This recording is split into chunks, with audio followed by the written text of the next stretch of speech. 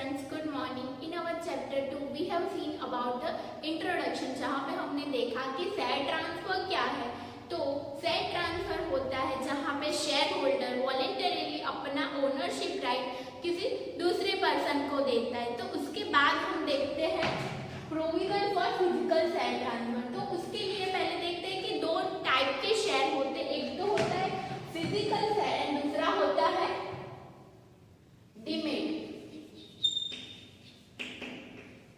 तो physical share में क्या होता है कि फिजिकली शेयर सर्टिफिकेट दिया जाता है और डिमेट में सारे ट्रांजैक्शन इलेक्ट्रॉनिकली होते हैं। तो जो प्रोसीजर होगी शेयर ट्रांसफर की वो दोनों के लिए डिफरेंट होगी। तो पहले हम देखते हैं कि provision for physical share transfer. पहले फिजिकल सर्टिफिकेट जिस शेयर होल्डर को दिया होगा, जिन्होंने फिजिकल सर्टिफिकेट के लिए एप्लीकेशन की होगी, तो उसके लिए जो प्रोविजंस है, प्रोसीजर है शेयर ट्रांसफर की, वो देखेंगे। उसके बाद डिमेट अकाउंट की प्रोसीजर देखेंगे कि उस वे में डिमेट अकाउंट आपके पास हो तो वहां पे शेयर ट्रांसफर कैसे होता है। तो दोनों डिफरेंट है। पहले देखेंगे फिजिकल फॉर्म के लिए।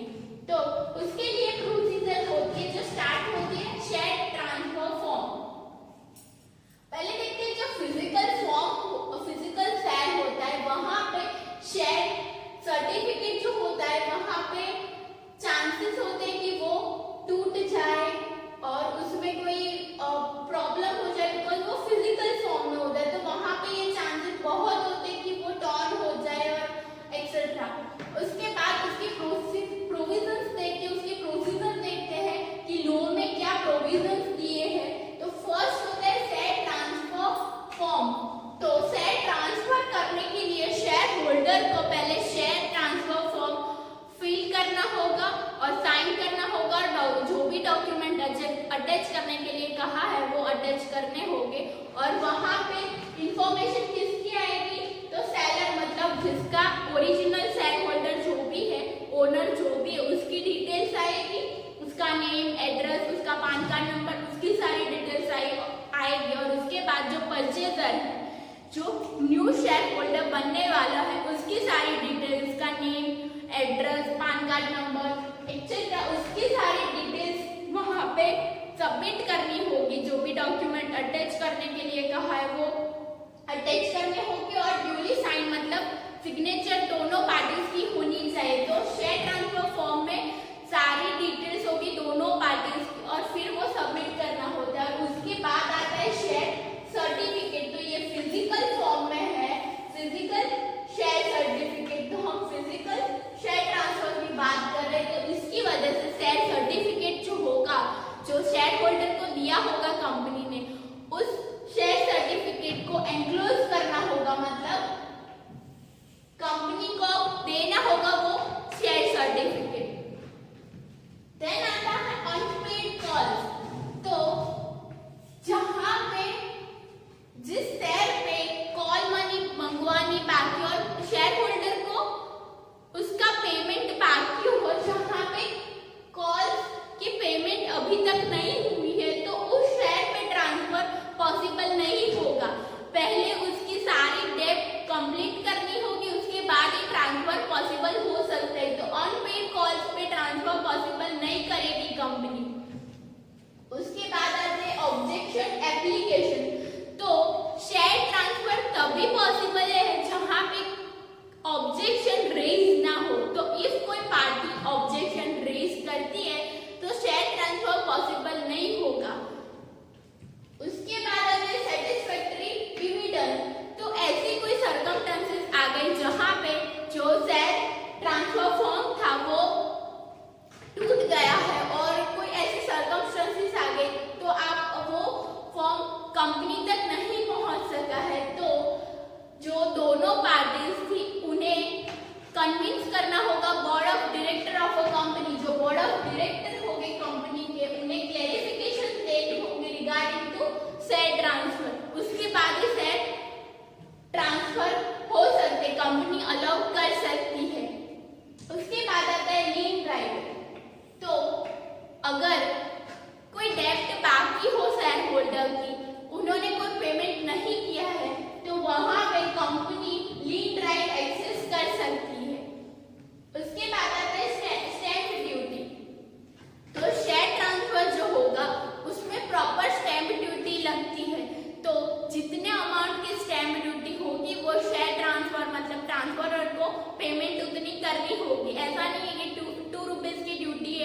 और वो शेयर होल्डर ने 1 रुपये का स्टैंप लगाया है, जहाँ पे जितनी अमाउंट बोली है उतना ही स्टैंप होना चाहिए, तो प्रॉपर स्टैंप ड्यूटी होनी चाहिए। उसके बाद आता है share certificate to the new shareholder. Share transfer होते ही शेयर जो न्यू शेयर होल्डर होगा उन्हें न्यू शेयर सर्टिफिकेट दिया जाएगा। उस शेयर सर्टिफिकेट में जो नया शेयर होल्डर होगा उसका नाम, उसने कितने शेयर परचेज किए हैं, वो सारी डिटेल्स वहां पे मेंशन होगी। रिजेक्शन ऑफ शेयर ट्रांसफर, तो कंपनी कैन आल्सो रिजेक्ट, और रिजेक्शन कौन करता है, तो रजिस्ट्रार ऑफ कंपनीज। उन्हें कोई प्रॉब्लम लगती है तो रजिस्ट्रार ऑफ कंपनीज और लॉ के थ्रू भी शेयर ट्रांसफर रिजेक्ट किया जा सकता है।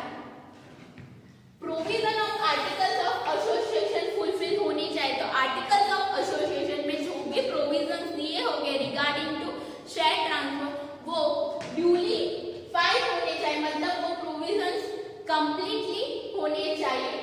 रजिस्टर ऑफ मेंबर्स, तो जैसे ही शेयर ट्रांसफर होता है तो वो जो ओरिजिनल शेयर होल्डर था उसका नेम हटा के जो नया शेयर होल्डर आता है उसका नेम ऐड होता है वहां पे। तो रजिस्टर ऑफ मेंबर्स में से जो पुराना वाला था उसका नेम हटा के नया जो शेयर होल्डर आया होगा उसका नेम फाइल होता है।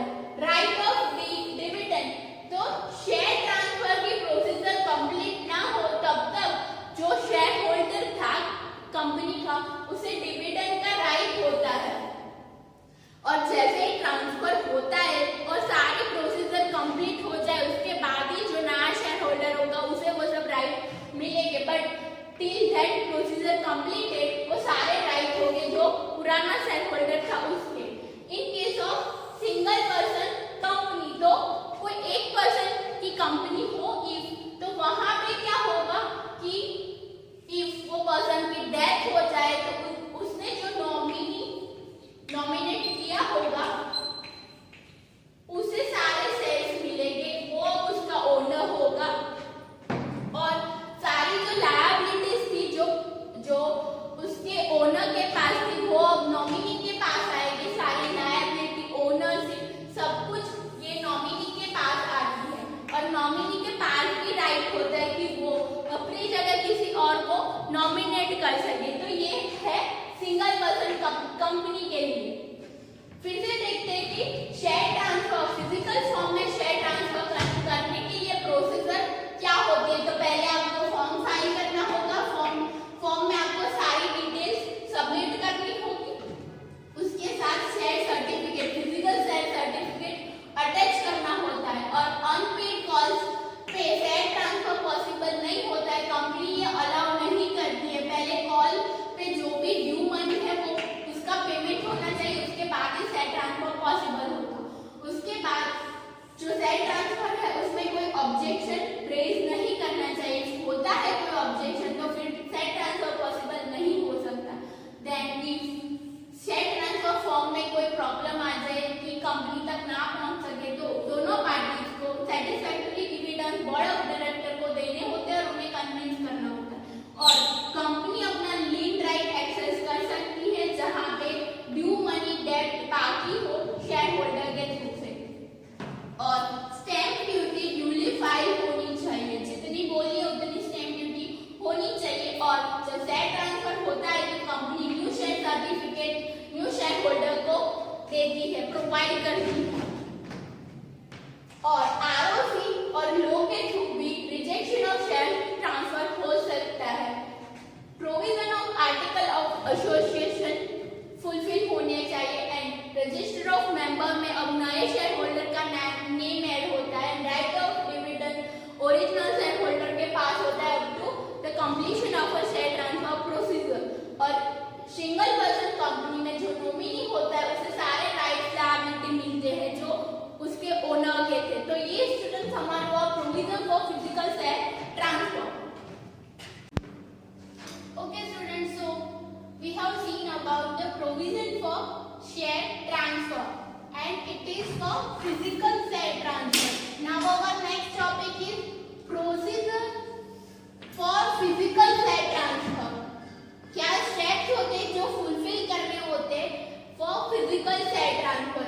डीमैट शेयर ट्रांसफर के प्रोसीजर अलग होते हैं और फिजिकल शेयर ट्रांसफर की प्रोसीजर अलग होती है। पहले हम देखेंगे फिजिकल शेयर ट्रांसफर की प्रोसीजर। तो उस शेयर ट्रांसफर के लिए फर्स्ट स्टेप क्या आएगा? Share transfer form. जो भी पर्सन, जो भी शेयर होल्डर अपना शेयर ट्रांसफर करवाना चाहता है उसे पहले क्या ऑब्टेन करना होगा? Share transfer form. और वो कहाँ से ऑब्टेन कर सकता है? तो रजिस्टर्ड कंपनी की जो रजिस्टर्ड ऑफिस होगी वहां से, डीपी से। तो वो जो मिडल मैन है उससे भी शेयर ट्रांसफर फॉर्म और मार्केट में से भी शेयर ट्रांसफर फॉर्म ऑब्टेन कर सकता है। उसके बाद नेक्स्ट स्टेप क्या आएगा? Filing of the detail in the share transfer form. अब जो फॉर्म है वहां पे किसकी डिटेल्स आएगी? तो जो परचेजर है और जो सेलर है उसकी सारी डिटेल्स आएगी। डिटेल्स में क्या क्या आएगा? नेम आएगा, एड्रेस, उसके बाद एड्रेस के बाद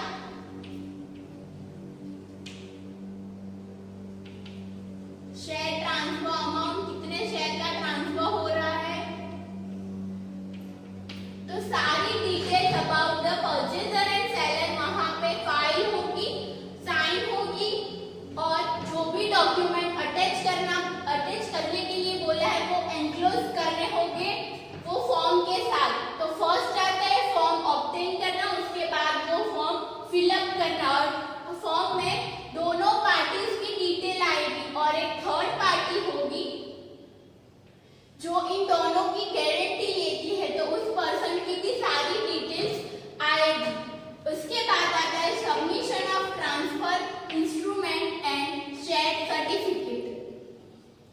तो ये दोनों शेयर ट्रांसफर फॉर्म के साथ शेयर सर्टिफिकेट भी सबमिट करवाना होता है। और इफ अलर्ट नहीं हुए हैं, शेयर सर्टिफिकेट कंपनी के द्वारा शेयर होल्डर को नहीं दिया गया है, तो शेयर अलॉटमेंट लेटर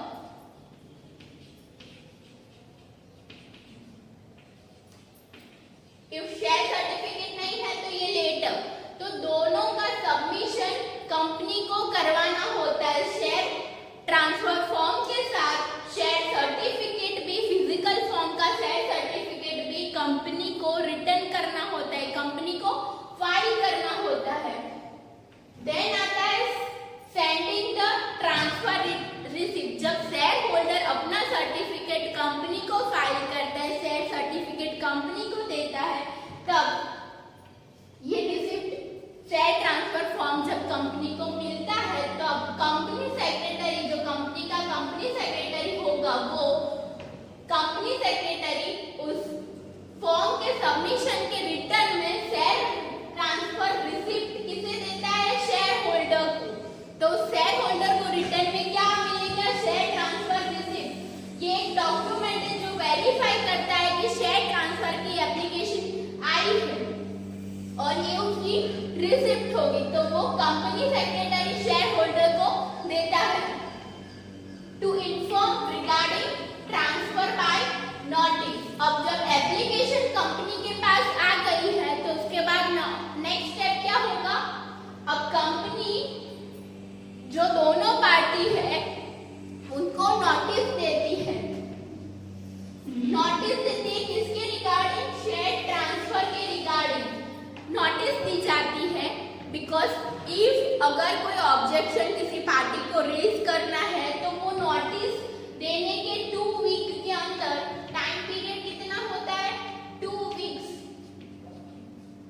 तो नोटिस देने के बाद अगर एक पार्टी को कोई ऑब्जेक्शन रेज करना होता है तो वो 2 वीक्स में अपना ऑब्जेक्शन रेज कर सकती है और वो ट्रांसफर रुकवा सकती है। तो कंपनी को जब एप्लीकेशन आती है शेयर ट्रांसफर की, उसके बाद कंपनी क्या करती है? शेयर ट्रांसफर रिसिप्ट इश्यू करती है और उसके बाद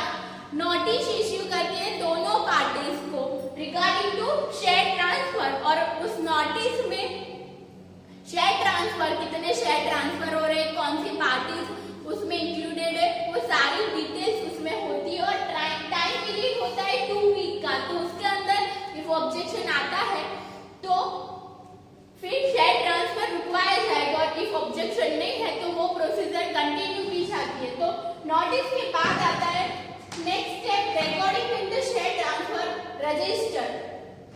तो इफ ये जो टाइम पीरियड दिया गया था नोटिस रिसीव होने के बाद 2 वीक का, तो अगर इफ कोई पार्टी क्वेश्चन रेज नहीं करती है, कोई ऑब्जेक्शन रेज नहीं करती है, तो क्या होगा, जो न्यू शेयर होल्डर होगा, जो न्यू परचेजर है, उसका नेम कहाँ पे रजिस्टर होगा, शेयर ट्रांसफर रजिस्टर में उसका नेम ऐड हो जाएगा। जिसने परचेज किए हैं शेयर, जिसको ट्रांसफर किए हैं, ट्रांसफर ही बोला जाता है, ट्रांसफर किसे बोला जाएगा, जो शेयर ट्रांसफर कर रहा है। तो अब जो जिसे शेयर परचेज करने हैं उसका नेम यहाँ पे ऐड होता है, जिसके नाम पे शेयर ट्रांसफर हुए उसका नेम ऐड हो जाएगा कंपनी के रजिस्टर ऑफ शेयर ट्रांसफर में। उसके बाद आता है resolution for approval of share transfer. अब जब उस पर्सन का name register of share transfer में ऐड होगा, उसके बाद स्टेप क्या आता है, रिजोल्यूशन पास करना होता है। कहाँ पे, बोर्ड ऑफ डायरेक्टर की मीटिंग मिलती है फर्स्ट शेयर ट्रांसफर के लिए, शेयर ट्रांसफर के अप्रूवल के लिए बोर्ड ऑफ डायरेक्टर की मीटिंग अरेंज की जाती है, और वहां पे रिजोल्यूशन पास करना होता है regarding approval of share transfer. तो वो रिजोल्यूशन पास होता है, इसके बाद ही बोर्ड ऑफ डायरेक्टर के कंसेंट के बाद ही शेयर ट्रांसफर हो सकता है। तो रिजोल्यूशन हो जाए उसके बाद आता है entering in the register of members. तो जो न्यू परचेजर है, जिसके नाम पे शेयर ट्रांसफर हुए, उसका नेम कहाँ पे ऐड होगा, रजिस्टर ऑफ मेंबर जो है, जहाँ पे सारे मेंबर्स का डिटेल्स होती है, तो वहां पे उसका नाम ऐड हो जाएगा। और जो पुराना वाला पर्सन था, जो पुराना ओरिजिनल शेयर होल्डर था, उसका नेम वहां से हटकर जो नया परचेजर है उसका नेम यहाँ पे ऐड होता है। और लास्ट स्टेप है sending share certificate to new shareholder. अब जो नया शेयर होल्डर कंपनी का बना है, उसे कंपनी शेयर सर्टिफिकेट इश्यू करती है, उसमें उसका नाम, एड्रेस, कितने शेयर उसे इश्यू किए गए, वो सारी डिटेल्स यहाँ पे होगी। और इफ जो पुराना वाला शेयर सर्टिफिकेट था वो इफ टूट गया हो, टर्न हो गया, तो कंपनी वहां पे न्यू शेयर सर्टिफिकेट इश्यू करती है। और ऐसे सर्कमस्टेंसेस भी होते हैं जहां पे जो ओरिजिनल शेयर सर्टिफिकेट था उसमें स्पेस नहीं है, जो नया शेयर होल्डर है उसके नेम के लिए, तो वहां पे न्यू शेयर सर्टिफिकेट इश्यू किया जाएगा। अदरवाइज क्या होता है कि जो ओरिजिनल शेयर सर्टिफिकेट होता है, जो पुराने शेयर होल्डर ने सबमिट करवाया होगा, वहां पे न्यू शेयर होल्डर का नाम एडमिट किया जाता है। बट इफ वो जो शेयर सर्टिफिकेट है वो ओल्ड हो गया है, प्रॉपर स्पेस नहीं है, तो फिर नया शेयर सर्टिफिकेट इशू किया जाएगा। तो ये है procedure for physical share transfer, जहां पे पहले फॉर्म लेना होता है, फॉर्म में सारी डिटेल फाइल अप करनी होती है, उसके साथ ट्रांसफर इंस्ट्रूमेंट और शेयर सर्टिफिकेट सबमिट करवाना होता है। उसके बाद company secretary transfer receipt issue करता है और नोटिस देता है दोनों पार्टीज को, और टाइम पीरियड होता है